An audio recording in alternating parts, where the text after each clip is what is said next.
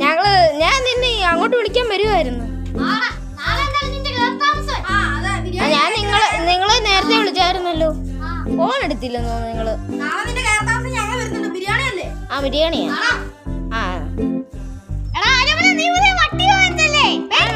Bruno